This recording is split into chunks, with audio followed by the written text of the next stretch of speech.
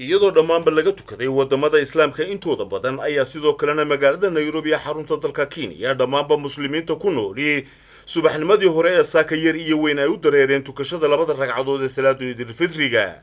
dadweynahan oo wajiyadooda ay ku dheehan tahay farxad iyo reynreyn iskuna salaamaya ciid mubaarak iyo macaaciideyn ayaa u dareeray goobihii loogu talagalay loona diyaariyay salaada Eidul Fitriga goobtan oo kamid ah goobahaasi ahna dugsiga sare ee xaafadda Islii ayaa waxa isugu yimi kumanaan muslimiina oo isugu jira rag iyo dumar dhalinyaro iyo waayeel isla markaasina wajiyadooda ay ku dheehan tahay farxad iyo reynreyn iskuna salaamaya ciid mubaarak iyo macaaciideyn naanka muslimiinta ah ee ku tukanayay dugsiga sare ee xaafadda Islii ayaa waxa kala soo galay mas'uuliyiin fara badan oo ka tirsan dawladda Kenya oo kamid yahay xildhibaanka oo lagu soo doorto codka aqlabiyadda ah ee dalkani Kenya Aadan Barre Ducaale iyo sidoo kale xildhibaanka laga soo doorto degmada Kamakuchi ee magaalada Nairobi xildhibaan Yuusuf Xasan Cabdi labada xildhibaan ayaa halkaas uga soo jeediyay dadweynaha muslimiinta ah ee ka soo qayb galay salaadaasi hadallo kooban oo ku saabsan hambaliyada Eidul Fitriga qaya farxad leh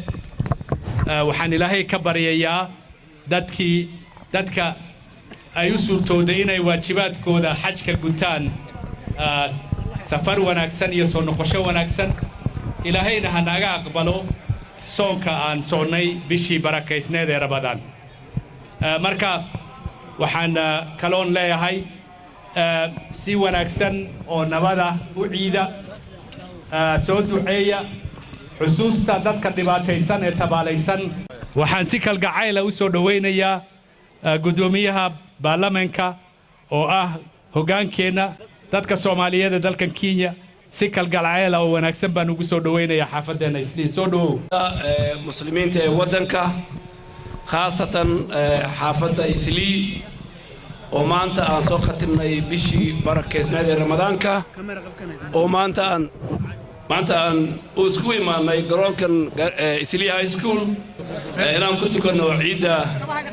Eidul Fitri عيد مبارك من العايدين ومن الفائزين ما أنت عيدنا للي يرد وحندي لها وين إسكيل عليان ملها لوقف تشرك وافق سنين دينتنا سوبان وين سيدي دينتنا فريسو ما أنت لبوق دتك بوكا لبوق ملها دينته